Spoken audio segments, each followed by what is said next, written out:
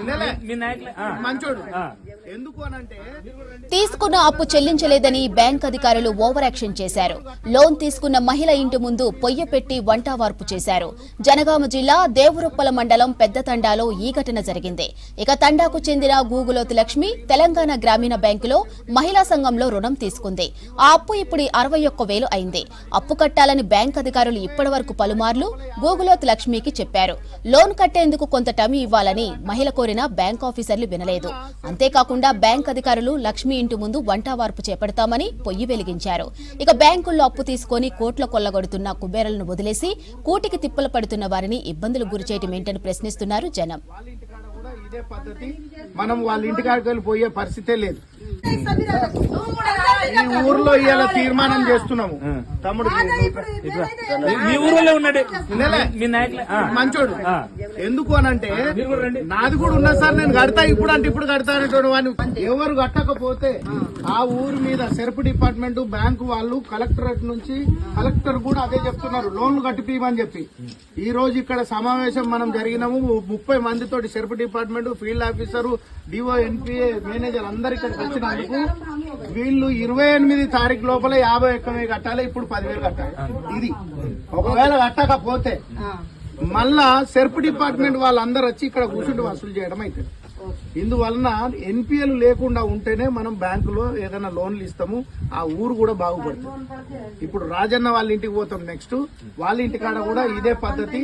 మనం వాళ్ళ ఇంటికాడికి వెళ్ళి పోయే పరిస్థితే లేదు. తీసుకున్న అప్పు చెల్లించలేదని బ్యాంక్ అధికారులు ఓవర్ యాక్షన్ చేశారు. లోన్ తీసుకున్న మహిళ ఇంటి ముందు పొయ్యి పెట్టి వంటవార్పు చేశారు.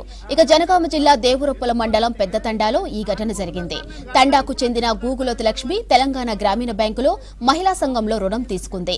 ఆ అప్పు ఇప్పుడు 61,000 అయింది.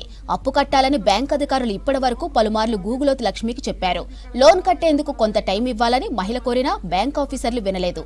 అంతేకాకుండా బ్యాంక్ అధికారులు లక్ష్మి ఇంటి ముందు వంటవార్పు చేపడతామని పొయ్యి వెలిగించారు. ఇక బ్యాంకుల్లో అప్పు తీసుకుని కోట్ల కొల్లగొడుతున్న కుబేరులను వదిలేసి కూటికి తిప్పలు పడుతున్న వారిని ఇబ్బందులు గురిచేయటమేంటని ప్రశ్నిస్తున్నారు జనం.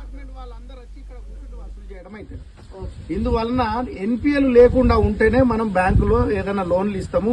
ఆ ఊరు కూడా బాగుపడుతుంది. ఇప్పుడు రాజన్న వాళ్ళ ఇంటికి పోతాం. నెక్స్ట్ వాళ్ళ ఇంటికాడ కూడా ఇదే పద్ధతి. మనం వాళ్ళ ఇంటికాడికి వెళ్ళి పోయే పరిస్థితే లేదు. ఈ ఊర్లో ఇవాళ తీర్మానం చేస్తున్నాము. తమ్ముడు మీ ఊర్లో ఉండండి మీ నాయకులే మంచోడు ఎందుకు అనంటే నాది కూడా ఉన్నా సార్ నేను కడతా ఇప్పుడు అంటే ఇప్పుడు కడతా అనేటోడు వాడిని ఎవరు కట్టకపోతే ఆ ఊరు మీద సెర్ప్ డిపార్ట్మెంట్ బ్యాంకు వాళ్ళు కలెక్టరేట్ నుంచి కలెక్టర్ కూడా అదే చెప్తున్నారు లోన్లు కట్టిపీయమని చెప్పి. ఈ రోజు ఇక్కడ సమావేశం మనం జరిగినాము. 30 మందితోటి SERP department field officer DO NPA manager అందరు ఇక్కడికి వచ్చినందుకు వీళ్ళు 28 తారీఖు లోపల 51,000 కట్టాలి. ఇప్పుడు 10,000 కట్టాలి. ఇది ఒకవేళ కట్టకపోతే మళ్ళా సెర్ప్ డిపార్ట్మెంట్ వాళ్ళందరూ వచ్చి ఇక్కడ కూర్చుంటే వసూలు చేయడం అవుతుంది. ఇందువలన ఎన్పిఎల్ లేకుండా ఉంటేనే మనం బ్యాంకులో ఏదైనా లోన్లు ఇస్తాము. ఆ ఊరు కూడా బాగుపడుతుంది. ఇప్పుడు రాజన్న వాళ్ళ ఇంటికి పోతాం. నెక్స్ట్ వాళ్ళ ఇంటికాడ కూడా ఇదే